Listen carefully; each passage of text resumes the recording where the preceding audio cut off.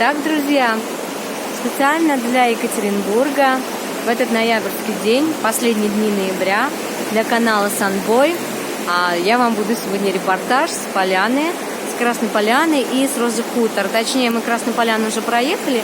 Я сейчас нахожу на берегу реки Мзымта. Это как раз вот эта речка. Это единственное, я нашла, по крайней мере, единственное место, где есть к нему спуск. Вот посмотрите, вот она течет такая. Сзади горы.